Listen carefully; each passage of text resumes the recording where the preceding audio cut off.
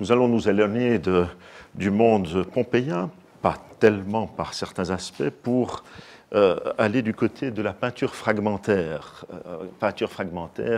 qui est typique des zones qui vont nous concerner aujourd'hui, l'Allemagne, l'Autriche, la Suisse. Peinture murale et mosaïque ont été longtemps considérés comme les parents pauvres de ces études archéologiques dans ces trois pays. Du côté de la peinture murale, pour commencer, quelques bas de parois sont ponctuellement publiés dès la fin du XVIIIe siècle, à commencer par trois fragments découverts à Avenches qu'Erasmus Ritter, architecte auprès de leurs excellences de Berne, qui a passé par Pompéi et Herculanum, va publier en 1786.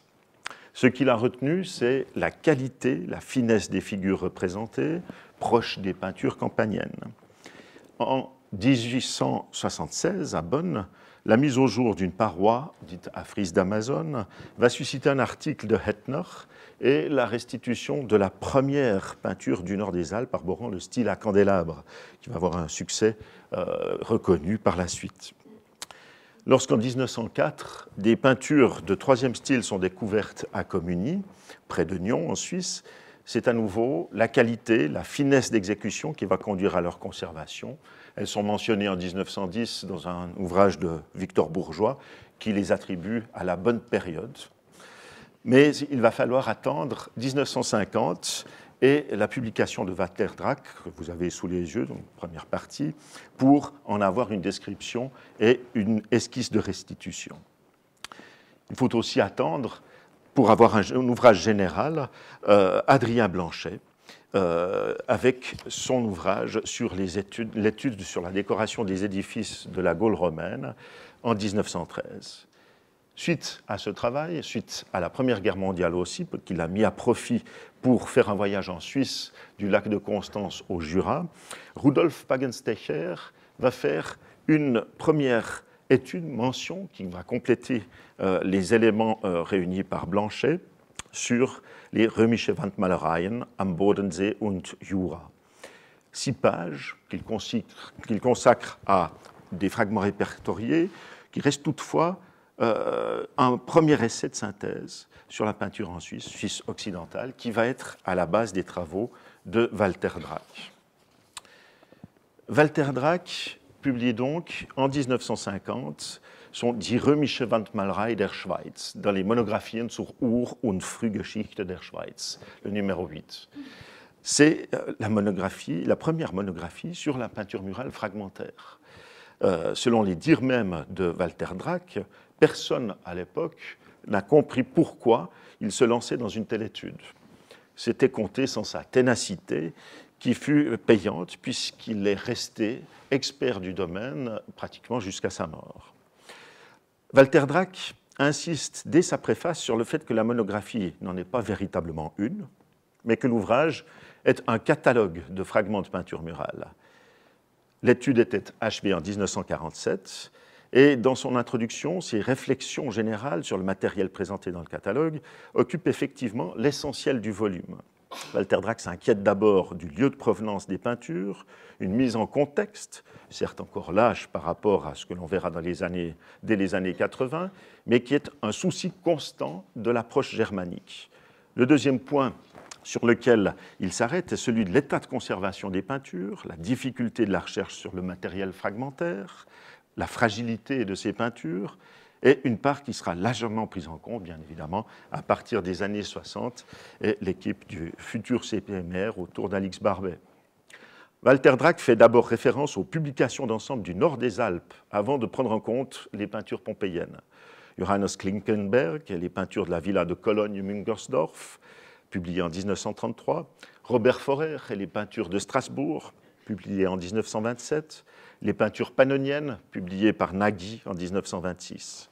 Son but, donc à Walter Drach, est clairement de donner une description la plus rigoureuse possible, de fixer la chronologie et d'insérer, je cite, les restes de peinture murale romaine de Suisse dans une périodisation, une histoire stylistique. Sa première attention va être dès lors de se porter sur la datation directe donnée par les fouilles et ensuite seulement, en cas de manque de données, sur les rapprochements stylistiques. Pour cette partie, Drac est fortement redevable à l'ouvrage de Franz Wirth, Römische Wandmalerei vom Untergang Pompeiis bis ans Ende des 3. Jahrhunderts, publié en 1934 et avec une réédition en 1968. Le reflète parfaitement le regroupement qu'il propose par période, le style tardo-augustéen, le style flavien, le style philhellène propre à Franz Wirth, mais qu'il précise comme étant de la peinture d'architecture et en panneau, le style antonin et de la peinture d'architecture en panneau toujours, et un style qu'il appelle de tapisserie du IIIe siècle, alors que Franz Wirth va parler de style illusionniste. Son catalogue est conçu à l'exemple des notices épigraphiques, le lieu de découverte d'abord, les premières données à disposition sous forme d'une sorte de lemme en caractère plus petit et un développement sur la peinture conservée, le tout terminé par la bibliographie, la littérature. Le fragmentaire dans les illustrations est strictement respecté, présentant de rares restitutions, mais à l'aide d'une description attentive tendant à l'exhaustivité, autre caractéristique que nous allons retrouver dans les travaux allemands. Les précisions sont d'ailleurs telles que la plupart des ouvrages et articles postérieurs de Walter Drac sur le sujet n'atteindront plus cette fiabilité. À la même période, Klaus le jeune Parlasca va s'occuper des peintures de Camden Cambodunum. Dans un article qui fait partie de la publication de Kremer dans les Cambodunum Forschungen en 1953, il va traiter donc des peintures qui, dans un traitement très inspiré par Walter Drac, y compris dans la manière de traiter les dessins et les fragments et les quelques restitutions qu'il propose. Un souci de précision dans les dimensions, dans les descriptions de peintures fragmentaires, une planche qui va offrir, la seule planche, la restitution d'un décor à candélabre, qui doit en bonne partie sa restitution à partir de la frise des Amazones de Bonn, mais sans intégration de fragments, une véritable restitution donc, qu'il appelle la Rekonstruktionsversuch. Dans le fascicule qui est mentionné ici, consacré aux peintures d'Augsbourg, Römische Wandmalereien in Augsbourg, Parlasca fait œuvre de pionnier avec un bref historique des recherches sur la peinture murale romaine dans le sud et l'ouest de l'Allemagne, pour noter à quel point les informations et les études font défaut. Il ne recense effectivement que 3 études, celle d'Adrien Blanchet, celle de Praschnicker et de Hedwig Kenner, que nous retrouverons un peu plus tard, sur la Bäderbezirk de Virunum, publié en 1948, et l'ouvrage de Drac. Il y ajoute l'ouvrage tout récemment paru pour lui de Bogaers, de Gallo-Romainse Tempels de Elst, paru en 1955, avec des pages consacrées à la peinture murale du temple, et en particulier une restitution des panneaux et interpanneaux à candélabres qui vont marquer les études postérieures sur ce style. Je rappelle un article de Hélène Ristoff dans les Pictores per Provincias à Avenches en 1987. S'arrêtant plus particulièrement aux peintures d'Augsbourg, Parlasca va s'interroger sur le piètre état de conservation des peintures de Bavière, à la suite de Drac, faire allusion aux travaux de restauration, d'analyse des supports nécessaires à la bonne conservation de ce matériel fragmentaire. Il va aussi montrer un intérêt pour la restitution architecturale, pour le quotidien, l'aspect social, avec un chapitre consacré au graffiti. Une description précise va être accompagnée de dimensions régulièrement ajoutées. Pour la datation, il ne va pas se contenter de rapprochement de peinture murale à peinture murale, mais intègre la mosaïque et les données de fouilles. Et apparaissent là aussi des restitutions intégrant des fragments. Une forme de présentation du matériel qui doit beaucoup aux travaux qu'il est en train de mener parallèlement autour des mosaïques d'Allemagne, qui constitue sa thèse défendue à l'université de Göttingen, dont on a déjà beaucoup parlé du point de vue de l'approche iconographique antique, thèse défendue en 1950.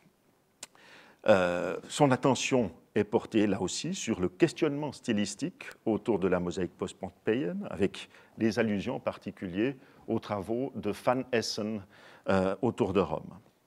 Il va s'occuper de Trèves essentiellement, pour traiter ensuite des mosaïques de Cologne au regard de ce qu'il a pu établir grâce à l'étude des mosaïques de la région de Trèves. Pas de véritable catalogue, mais une mention en petits caractères de toutes les mosaïques fragmentaires connues par lui, un chapitre consacré aux mosaïques romaines du sud et sud-ouest de l'Allemagne, qui reprend ce qu'il avait fait auparavant pour la peinture, avant de s'interroger sur les ateliers de mosaïstes à partir du cas de la région de Trèves à nouveau.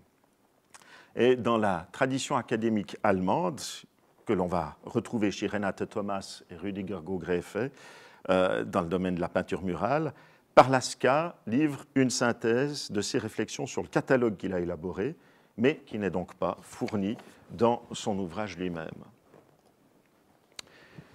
Dans les mêmes années, nous avons, sans avoir recours à l'ouvrage de Parlaska, Victorine von Gunzenbach publie le catalogue des mosaïques de Suisse dans la même collection que Drac, dans les monographien zur Ur- und Frühgeschichte der Schweiz, le numéro 13. Si les datations proposées par Victorine von Gunzenbach sont pour certaines sujettes à caution, son étude s'inscrit toujours dans ce souci d'exhaustivité, cette prise en considération de tous les éléments parlants que suscite l'étude d'un matériel archéologique. Plus faible sur les questions iconographiques, Victorine von Gunzenbach a tout de même livré une somme qui ne serait égalée que par la thèse de Sophie Delbar, soutenue en 2007, donc plus de 40 ans après l'ouvrage de Victorine von Gunzenbach. Affirmant le côté catalogue, Victorine von Gunzenbach se place en tête de son livre ce catalogue précisément, en montrant bien par là que c'est à partir de cet inventaire de mosaïques qui, comme Drac avant elle, accorde une place importante au contexte de trouvailles, qu'une étude synthétique est finalement possible. Sur 246 pages de catalogue, puis de réflexions diverses sur la technique et le matériel, la typologie des compositions et des ornements est abordée, la relation avec la peinture et les stucs, tout comme, chose nouvelle, avec le textile, la mosaïque dans son contexte apparaît là aussi, la mosaïque en relation avec la construction et les inscriptions, les ateliers, pour aborder finalement des critères de datation et l'histoire de la mosaïque en Suisse. À relever tout particulièrement les études de schémas de composition qu'elle propose, de rapports de motifs qui préfigurent les volumes bien connus sur le décor géométrique sous la direction responsabilité de Catherine Balmem, volumes qui ont eu certes plus de succès que ce qu'a proposé une Victorine von Gunzenbach, mais elle en avait jeté les premiers éléments dans sa publication. C'était une gageure pour Sophie Delbar que de reprendre en quelque sorte la suite de ce volume. Et elle propose actuellement 500 nouveaux numéros d'inventaire, cherchant à mêler autant l'approche de Victorine von Gunzenbach que celle des corpus de mosaïque de la Gaule. Pour ce qui est de l'Allemagne et de l'Autriche, tout même du côté suisse-allemand, 3 mentions à ajouter. L'étude faite par Deborah Schmidt à Augst, qui va réunir tout le matériel connu du site d'Augusta Raurica, avance une proposition régionale, locale, qui, elle, va avoir beaucoup de succès. On le verra aussi bien dans l'étude peinture murale que mosaïque. Son ouvrage sert de référence, aujourd'hui toujours, pour les quelques pavements de type géométrique qu'on trouve en Suisse allemande. Deuxième mention particulière, je ne vais pas m'y étendre, celle de l'ouvrage de Werner Jobst sur les mosaïques de Salzbourg, qui respecte la mise à disposition d'un maximum d'informations sur les pavements, plus iconographe que Deborah Schmidt, sans doute en raison de ses recherches autour des mosaïques d'Éphèse. Troisième élément à mentionner, celui de Peter Hoffmann, Joachim Huppe et Karin Goethert, ce catalogue des mosaïques romaines de Trèves, qui fournit enfin le catalogue que n'avait pas fourni un Klaus Parlaska, mais en proposant 232 numéros de catalogue, en y ajoutant en particulier, sur le modèle de ce que proposait Victorine von Gunzenbach, une série de 114 motifs répertoriés et décrits de manière attentive. Basé aussi bien sur le principe suivi par Parlaska que par Drac pour les peintures, toute la documentation, à la différence de ces deux ouvrages précédents, est, elle, rejetée en fin de volume. Revenons à la peinture murale pour nous intéresser à Andreas Lindfert et qui nous permettra de retourner à un rapport avec la Campanie. Andreas Lindfert livre une première réflexion suite à la découverte en 1969 d'une peinture qui va devenir célèbre, qui est celle de la paroi du Dionysos de Cologne, une peinture qu'il publie donc dans les Kölner Jahrbücher en 1972-73 et qu'il traite de bemalte Putzbrocken, de bribes d'enduit peints. Mais, élément intéressant du point de vue de la méthode et de la publication, il relève le très long temps de restauration nécessaire pour pouvoir enfin tenir un discours sur la paroi, et c'est une fois la paroi restaurée, dessinée, étudiée, qu'il propose une première publication sur ces 8 mètres de longueur conservée de paroi. Même attention aux dimensions que ses prédécesseurs, mais celles-ci sont reportées en petits caractères dans le texte. Pour la datation, il utilise les travaux de Reusch, qui a publié un article sur les peintures de Trèves dans les Trierer Zeitschriften en 1966. Pour la datation, le contexte de trouvailles, selon lui insuffisant pour donner une datation, il procède à des rapprochements en se concentrant sur les peintures des provinces du Nord. C'est là qu'il faut citer un ouvrage particulier qui est celui, non, je ne l'ai pas ici, qui est celui de Die römische Wandmalerei der nordwestlichen Provinzen, publié à Cologne en 1975, tout en proposant une rapide histoire de la peinture murale et des styles pompéiens. Lindfert développe le style à candélabre, justement, les motifs connus au nord des Alpes, s'aidant de la peinture campanienne pour préciser certains thèmes iconographiques et non pour mieux déterminer la périodisation ou le style des peintures. Revenons à Walter Drach, qui, en 1980, poussé par les nombreux archéologues cantonaux qu'il côtoie régulièrement, alors qu'il est expert fédéral des monuments historiques de Suisse, qu'il est lui-même archéologue cantonal du canton de Zurich, il va produire 3 articles sur les trouvailles récentes en peinture murale en Suisse. Notons pour l'anecdote que c'est après le passage d'Alix Barbet au printemps 1979 qu'il se lance dans cette entreprise. Non seulement expert fédéral, mais aussi archéologue, comme je le disais, donc responsable de toute l'archéologie du canton de Zurich, Walter Drach conçoit une publication très claire, extrêmement synthétique, favorisant la datation des peintures, leur illustration en couleurs, les peintures devenant ainsi exemplaires pour les archéologues fouilleurs à qui la publication est destinée. En 1986, c'est une présentation succincte après une présentation succincte faite en 1982 à Paris, c'est une présentation succincte toujours sur le modèle des articles de 1980 qui est faite, qui va avoir droit à un premier texte allemand, puis un texte italien en 1988. Tout comme l'ouvrage de Deborah Schmidt sur la mosaïque, le catalogue de Drach va servir, et sert toujours, de référence dans le domaine germanophone lorsqu'il s'agit de traiter de peinture murale romaine. Il faut donner un accent particulier aux travaux de Hedwig Kenner, que j'ai mentionné tout à l'heure, qui va, en 1948, juste après la guerre, et c'est un élément sur lequel il serait bon de réfléchir, des dates, concordances de dates, de publications extrêmement fortes entre Bogaerts, Parlaska, Drach et Hedwig Kenner. Hedwig Kenner, donc, en 1948, va publier les peintures des bains de Virunum, cité romaine proche du d'Allensberg, qui va lui succéder d'ailleurs, une publication qui n'est d'ailleurs pas connue de Drach, mais qui présente le même type d'approche. C'est en 1985 que Hedwig Kenner va publier la somme des travaux menés au Magdalensberg. Elle le précise même de manière tout à fait claire, ce sont des peintures étudiées en 1948 et 1977. Les travaux sont menés sur le même modèle que ce qu'avait proposé Andreas Lindfert, en collaboration avec des restaurateurs, et une publication qui suit la fin des travaux de restauration et de compréhension de l'ensemble, et non pas avec quelques éléments seulement diffusés en intermédiaire. Donc, une publication qui est aussi le fruit d'une certaine méthode, utilisant des restitutions à l'aquarelle pour pouvoir donner une idée des personnages représentés, respectant le fragment sans aucunement intervenir dans les restitutions sur panneau et proposant des restitutions sans l'intégration de fragments à l'intérieur des différents graphiques qui sont proposés.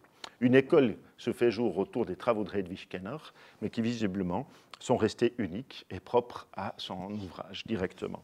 Alors, une allusion brève aux travaux que j'ai pu mener, publiés en 1989, simplement pour citer la succession des travaux de Drac dans un ouvrage, dans un fascicule qui s'inspire du bulletin 8 du Centre d'études de peinture murale romaine, avec un bulletin qui a la qualité de ses défauts, si je peux dire. C'est-à-dire que, voulant trop respecter le système du bulletin 8, dans un souci très germanique, ou suisse peut-être, il en devient moins clair dans le renvoi au site envisagé et dans leur ordonnance. Mais il s'inscrit tout de même dans le souci d'exhaustivité d'un Drac, dans la volonté, aussi loin que lui bien sûr, dans la volonté surtout de précision et d'une recherche dans le contexte. Il est plus nettement lié à l'approche française du Centre d'études de peinture murale, cette approche qui va caractériser les publications postérieures du groupe suisse qui s'occupe actuellement de peinture murale, en particulier les membres de Pictoria, ce groupe de recherche sur les revêtements antiques créé en 1997. Il faut citer, à côté de cela, deux ouvrages de Renate Thomas, qui sont eux aussi des sommes issues de sa thèse. Autant Drac que Parlasca proposent des ouvrages issus de leur thèse. Renate Thomas le propose dans ce même mouvement, avec un premier ouvrage sur les peintures murales de Cologne, publié en 1993. Pour la première fois, c'est un tour complet des fragments et des autres peintures in situ, non pas d'une villa, mais d'une ville qui est proposée, Cologne. Ressort une certaine homogénéité, une évolution stylistique propre à une région. Et dans la suite de l'Infert, il a fallu attendre la fin des remontages à nouveau pour que soient présentés catalogue et synthèse. Le but avoué par Renate Thomas, c'est de présenter la fouille et la datation des peintures de Cologne, offrir des idées d'élévation là où elles ne sont pas connues. Dans l'ouvrage Die Dekoration System der römischen Wandmalereien von augusteischer bis in trajanische Zeit de 1995, Renate Thomas suit le principe de la thèse à nouveau avec une reprise de l'histoire des 4 styles pompéiens, en mettant en évidence non pas les motifs en eux-mêmes, mais l'organisation des parois, dans un sens qui est tout à fait proche de celui de Bayeux précisément. Organisation des parois dans leur évolution, l'accent mis sur les systèmes décoratifs. L'approche en a été lancée par Bayeux, suivie par un Denis de Fante, qui avait travaillé sur un ensemble homogène lui aussi, celui de Soissons. Un même propos va être tenu dans la thèse d'Yves Dubois.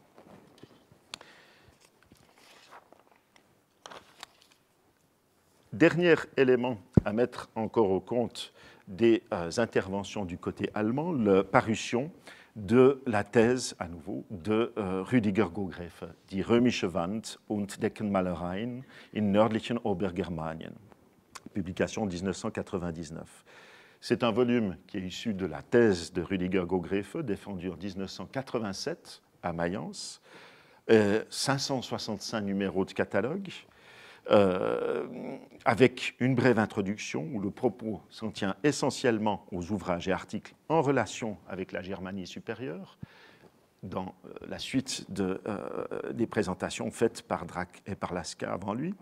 Et Rüdiger Gogrefe va s'arrêter, comme ses prédécesseurs à nouveau, à l'état de conservation des peintures.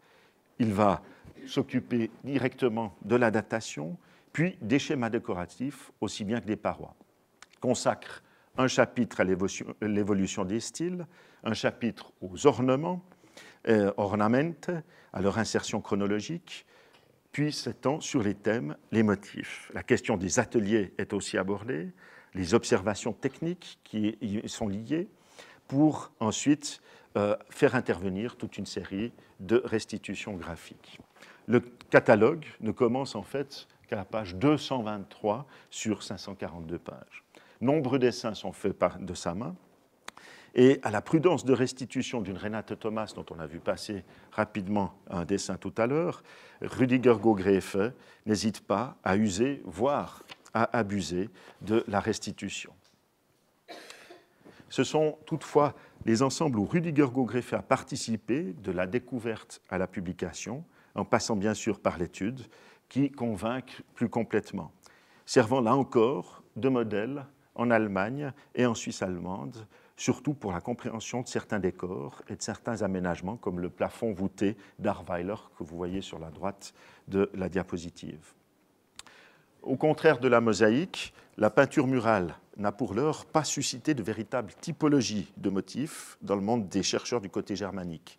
Seules les bordures ajourées de Suisse ont eu droit à une première sériation en 1997, à l'occasion d'un article sur les peintures de Contigny à Lausanne par Yves Dubois et moi-même.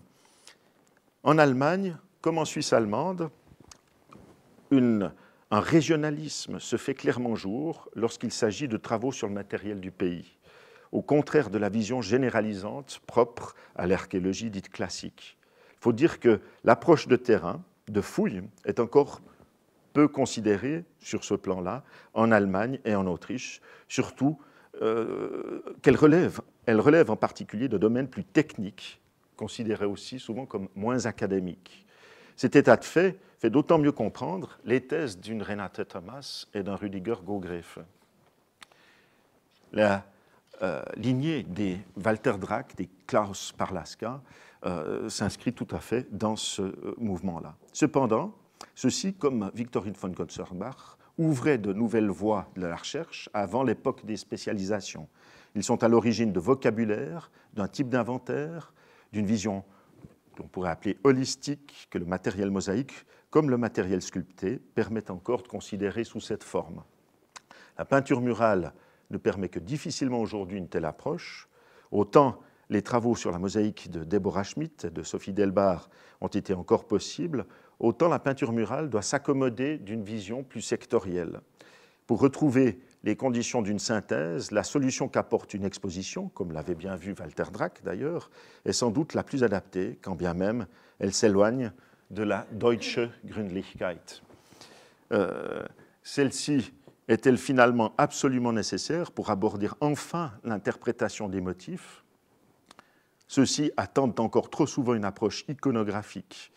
Et je conclurai par cette allusion à Karl Sheffold, qui écrivait déjà en 1949 un article intitulé « Vom Sinn der römischen Wandmalerei ». Je vous remercie.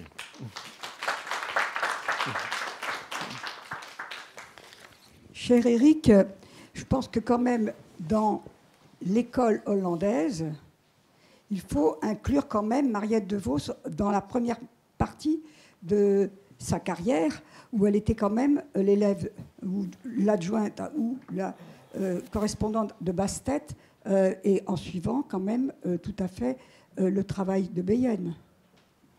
Elle est dans la liste, elle est dans le schéma. Parce que tu en as parlé un peu en dehors. Oui, mais d'accord, ok. Bon, j'ai mentionné des autres, mais pas discuté toutes les personnes. Oui. Par exemple, je n'ai pas parlé sur Van Essen, qui ne travaillait pas, je me sens, si j'ai raison, il n'était pas isolé, évidemment, à Rome, mais il n'a pas travaillé sur les mêmes problèmes de Beyen, Bastet et Peter. C'est pourquoi je n'ai pas discuté. C'est plutôt la peinture tardive, toute autre piste qu'il est allé. Moi, j'avais une question concernant cette référence récurrente au modèle du textile pour les peintures murales, aussi bien chez Beyen que chez Drach ou Gonzenbach. Donc on pense bien sûr aussi à Zempa, qui a beaucoup développé cette idée. Est-ce que cette référence à Zempa est explicite? Est-ce qu'elle continue à être vraiment active est-ce qu'elle nourrit directement cette réflexion, ou bien c'est devenu en fait tout simplement une espèce de modèle tellement admis qu'on n'a plus besoin d'en définir vraiment l'origine? Oui, ça va plutôt dans ce sens-là, finalement. Il n'y a pas du tout d'allusion directe, en tout cas pour ce qui concerne des ouvrages comme ceux de Drac ou de Konzenbach, à cette approche. C'est la réflexion sur les motifs eux-mêmes, souvent sur les bordures de ces motifs, sur certains motifs qu'on a appelés galons brodés, par exemple, par la suite, ou les motifs de franges, les motifs de vellum que l'on retrouve sur, et les motifs aussi des semis de fleurs, qui a poussé ces différents chercheurs à parler d'origine textile ou de rapprochement avec le textile.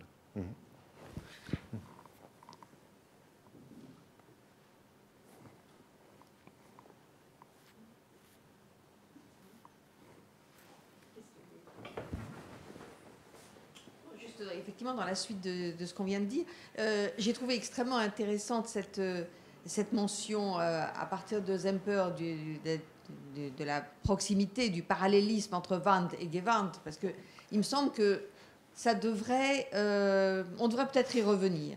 C'est-à-dire, non, bien sûr, voir les motifs textiles voilà, en tant que motifs empruntés, mais penser peut-être le modèle textile comme quelque chose qui remplace le mur d'une certaine façon.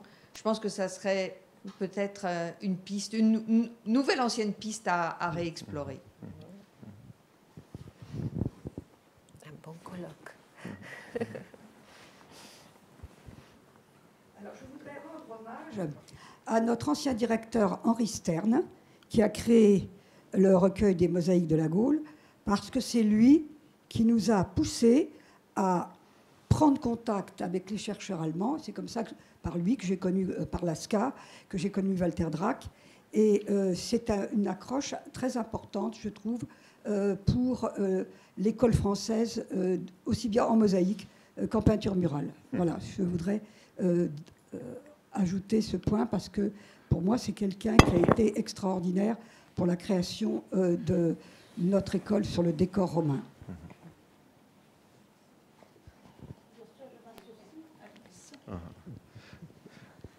Naturellement, je pensais très fort à Henri Stern pendant ta présentation. Bon, chacun sait que c'est le destin d'Henri Stern d'avoir dû fuir l'Allemagne.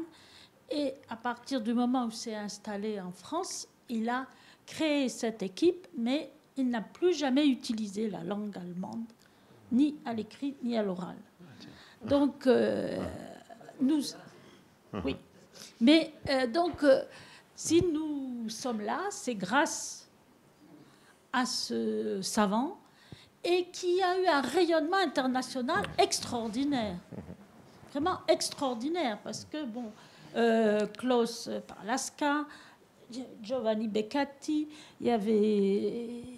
Et je ne l'ai pas mentionné pour Victorine von Konzenbach, mais c'était bien le cas. Elle était directement en relation avec Henri Stern. Les premiers colloques, il y avait aussi M.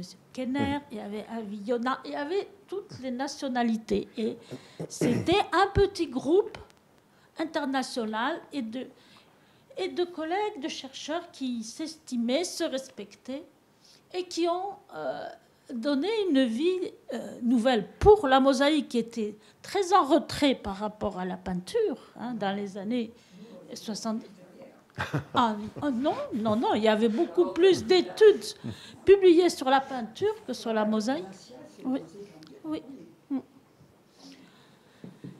Et voilà. Et le terrain était donc une chose essentielle, et il l'a poussé. Et il a eu l'idée, dès le départ, de créer une équipe qui associait peinture et mosaïque. Donc nous avons eu une histoire commune, avec parfois on s'est retrouvés, et maintenant... Donc à nouveau on se retrouve, mais cette idée, elle était donc présente à l'esprit de tous ces chercheurs dans les années 70. Voilà. Mosaïque gréco-romaine. Merci. Et puis cet esprit international est toujours présent, même aujourd'hui, nous tous. qui sont ici. Je me réjouis qu'il y ait un musée sous Sainte-Sophie. Ah oui, oui. Et c'est très, très intéressant, vraiment. Non, il ne travaille plus là. Il travaille au musée d'histoire maintenant, dans le laboratoire de conservation. Mais de toute façon, il a travaillé sur la restauration de cette tombe, numéro 8. Oui. Peut-être dois-je expliquer qu'en Bulgarie, il n'y a pas beaucoup de peintures romaines du type ou bien de l'époque 1er, 2e siècle. Il y a plutôt des peintures de l'époque hellénistique et puis de paléochrétienne. Oui, voilà. Peut-être, mais vous savez, il y a vraiment peu de fragments qu'on a trouvés jusqu'à maintenant. Peut-être un jour, espérons.